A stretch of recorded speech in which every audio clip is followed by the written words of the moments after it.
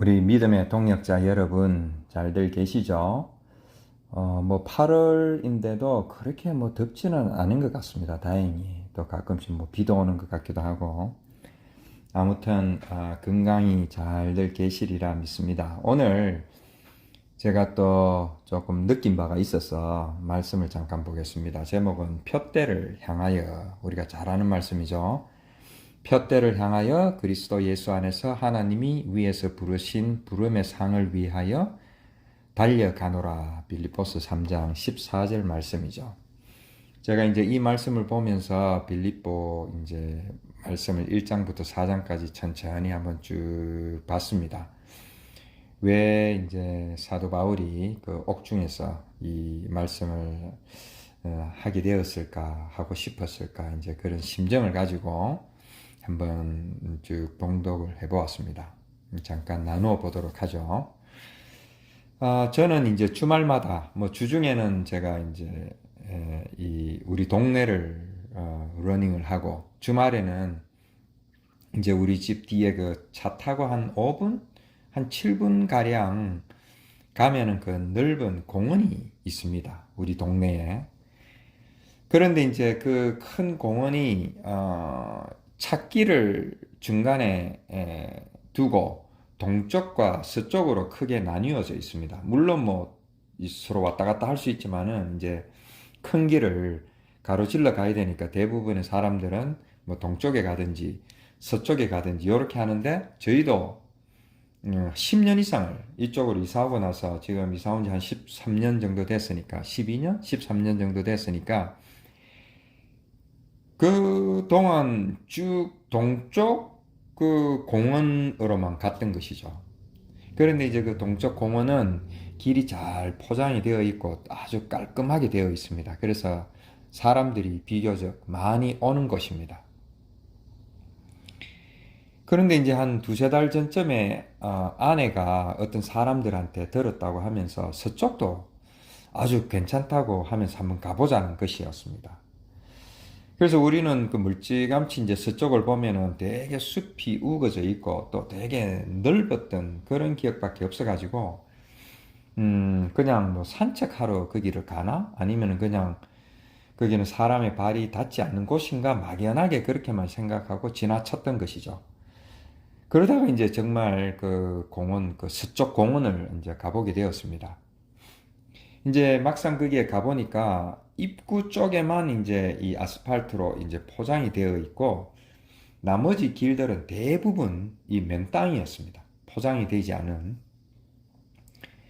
그리고 이제 유별나게 나무가 많이 우거져 있어가지고 대부분의 이 오솔길들, 이렇게 길들이 햇빛이 차단된 그늘진 길이었습니다. 그리고 이제 길도 이 동쪽하고는 다르게 이 서쪽 이 공원 내 길은 꾸불꾸불하기도 하고 가파른 오르막도 있고 내리막도 있고 이렇게 그 아주 산속에 있는 전형적인 그런 길이었던 것이죠. 저는 이 서쪽 공원을 이제 가보고 나서 사실은 어떤 귀한 보물을 만난 기분이었습니다. 왜냐하면은 이제 저같이 이제 이렇게 러닝을 좋아하는 사람은 이 달릴 때마다 이 포장도로 위를 달리잖아요. 그러니까 포장도로 위를 깔끔하게 달리는 게 좋기는 하지만은, 그래도 저는 막연하게 인간은 맨 땅을 밟고 살아야 된다라는 어떤 그런 주의가 좀 있습니다. 제가 촌에서 살아서 그럴 수도 있고, 또 자라오면서 우리가 자연 속에서 사는 게 참 중요하지 않을까, 그런 생각을 하면서 그 인위적으로 만들어진 그 포장도로나 그 건물들, 이런 또 도시에 우리가 사는 시카고 서버브는 좀 덜하지만은 한국에 가보면은 그 도시에 그 집들, 빌딩들을 보면은 막 인위적으로 만들어 가지고 너무나 이렇게 부자연스럽게 보이는, 모든 것이 참 편리하고 참 좋지만은, 깔끔하고 좋지만은, 그래도 뭔가 우리의 이렇게 삶을 또 생활 공간을 이렇게 한번 되돌아보면은 부자연스럽게 살아가는 공간들이 아닌가 그런 생각이 많이 저 개인적으로 들었던 것이죠. 그래서 그런 차원에서 이 저기 서쪽 공원을 보니까 거의 뭐 95%, 98% 이렇게 포장이 되어 있지 않으니까 우리가 인간이 살아가면서 이렇게 맨 땅에서 밟고 이렇게 자연 속에서 사는 것이 더 자연스러운 우리의 삶이어야 되지 않을까 뭐 그런 생각을 합니다. 그래서 그 우리 TV에 보면은 나는 자연인이다 이런 사람들 대부분이 도시에서 많은 스트레스를 받고 병에 걸리고 이제 어떤 분들은 진짜 시한부 인생을 선고받고 나서 이제 그 산속에 그 자연 속에 들어가 가지고 자연적으로 뭐 치유함을 받는 뭐 그런 과정도 우리가 TV를 통해서 많이 볼 수가 있는 것이죠. 그리고 이제 또 이쪽이 또 마음에 들었던 것은 저쪽은 햇볕에 노출되어 있는 부분이 많은데 한 3분의 1 정도만 숲을 이렇게 지나가고 대부분은 이렇게 완전히 들판에 이렇게 오픈되어 있죠. 아스팔트는 깔려 있지만은.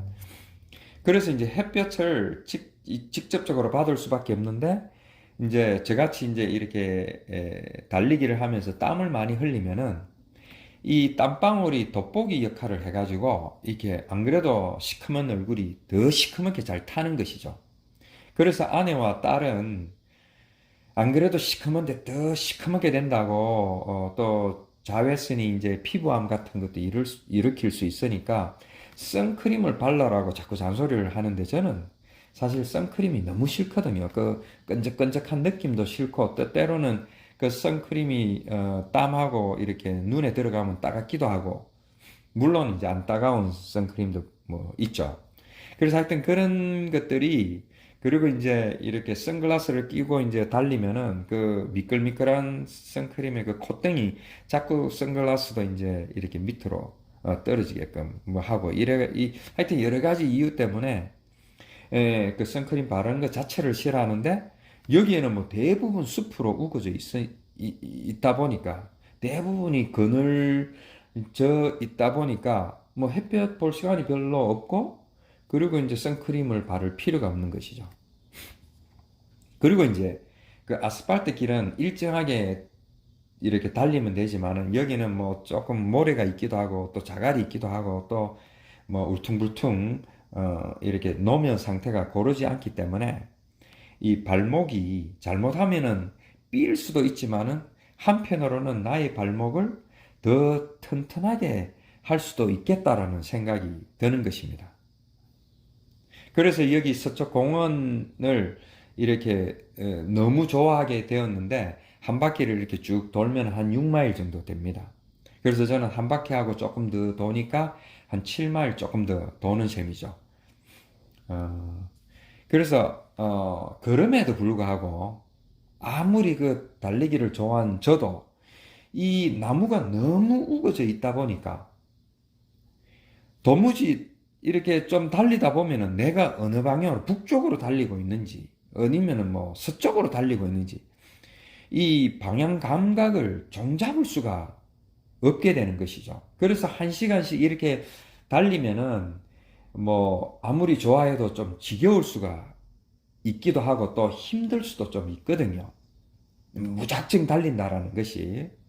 그래서 내가 어디쯤 달리고 있는지, 얼마쯤 남았는지, 뭐 요런 걸 조금이라도 알 수만 있다면은 그 달리기가 좀 덜 지겹고, 물론 저는 뭐 나름대로 달리는 것 자체를 또 되게 즐기는 사람이지만은 그럼에도 불구하고 또 가끔은 이렇게 조금 더 힘들게 느껴지는 어떤 그런 날이 있을 때는 또 이렇게 지겹기도 하고 좀 힘들기도 하는 때가 있거든요.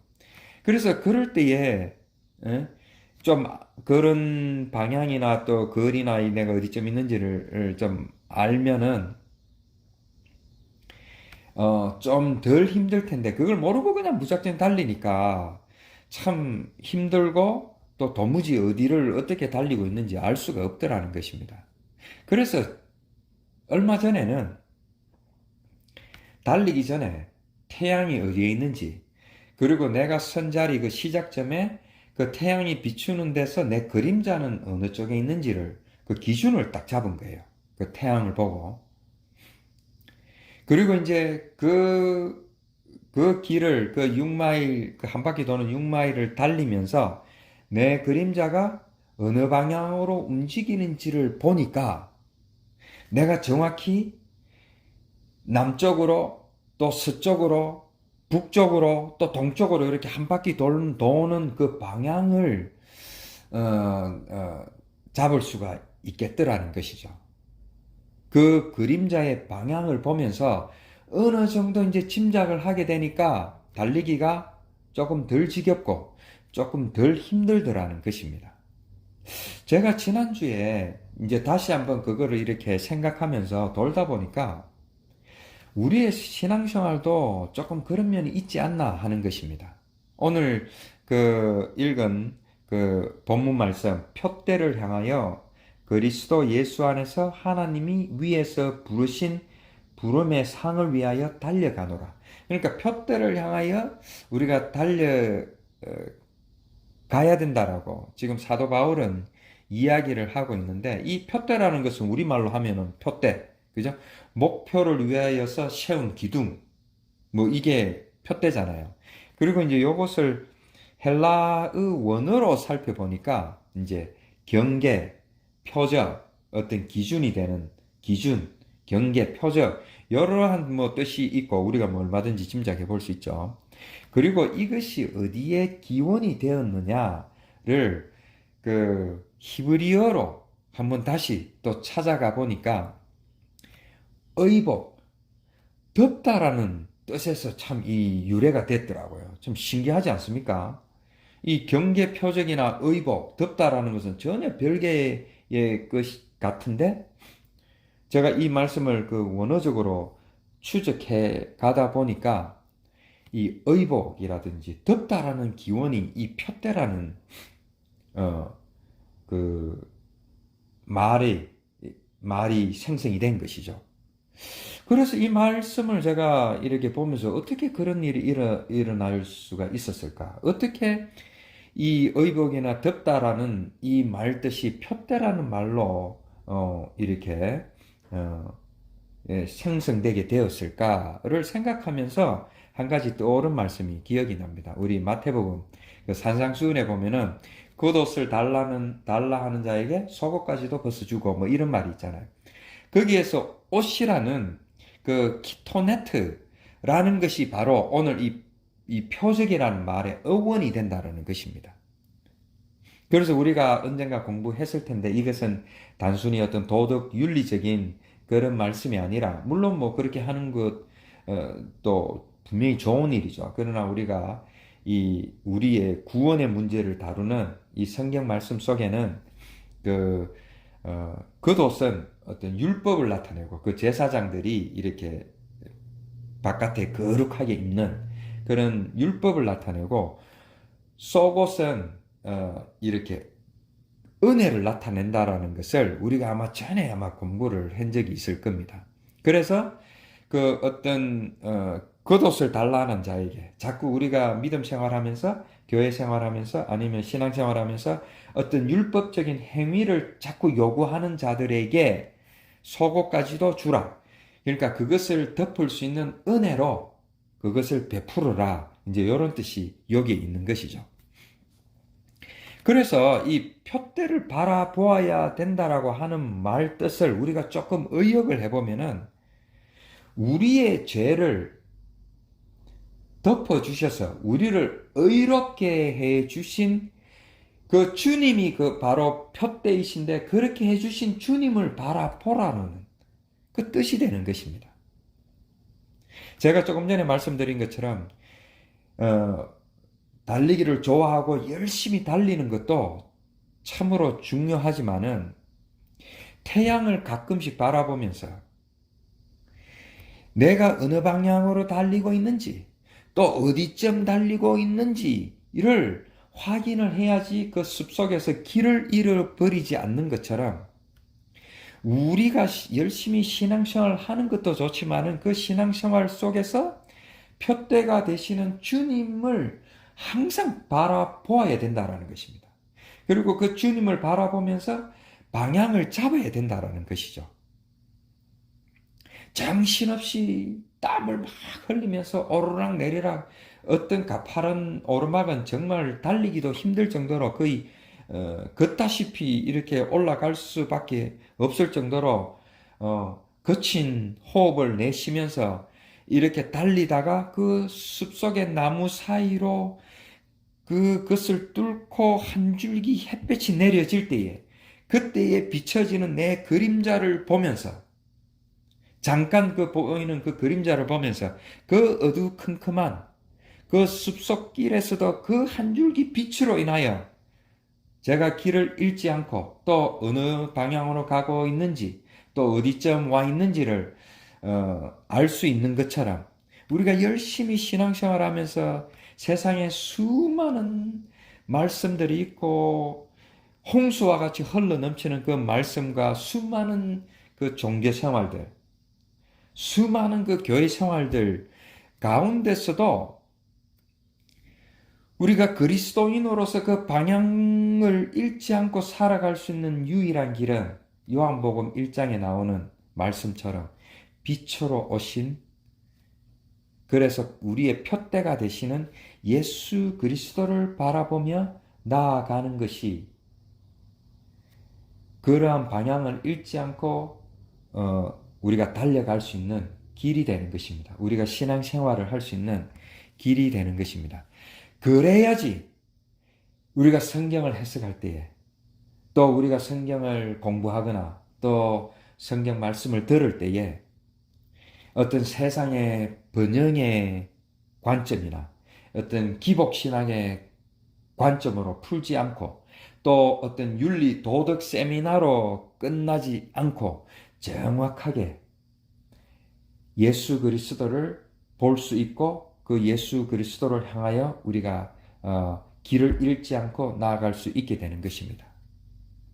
그래서 우리는 말씀을 공부할 때나 말씀을 들을 때나 뭐 어떤 특별한 집회에서 특별한 강사님이 오시거나 아니면 우리가 유튜브를 통해서 말씀을 들을 때에 오직 푯대가 되시는 예수 그리스도를 증거하고 있는지 우리는 그것을 계속 점검을 해야 될 것입니다. 실컷 세상 윤리, 세상 성공, 어떤 세상의 어떤 그런 기복적인 그런 말씀을 하다가 성급하게 마무리로 예수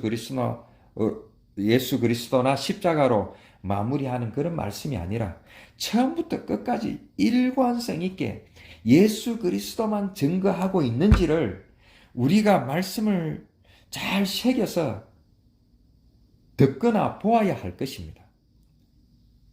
그래야지 우리의 신앙이 흔들리지 않고 또 우리의 신앙생활이 지겹지 않고 헷갈리지도 않고 정확하게 앞으로 그 빛이 되신 예수 그리스도, 푯대가 되시는 그 예수 그리스도를 향하여 우리가 달려갈 수 있을 것입니다. 거짓 진리가 횡행하고 교회에 많은 분쟁이 일어나서 그 빌립보 성도들이 어디로 가야 할지 방향을 잊어버리고 우왕좌왕할 때에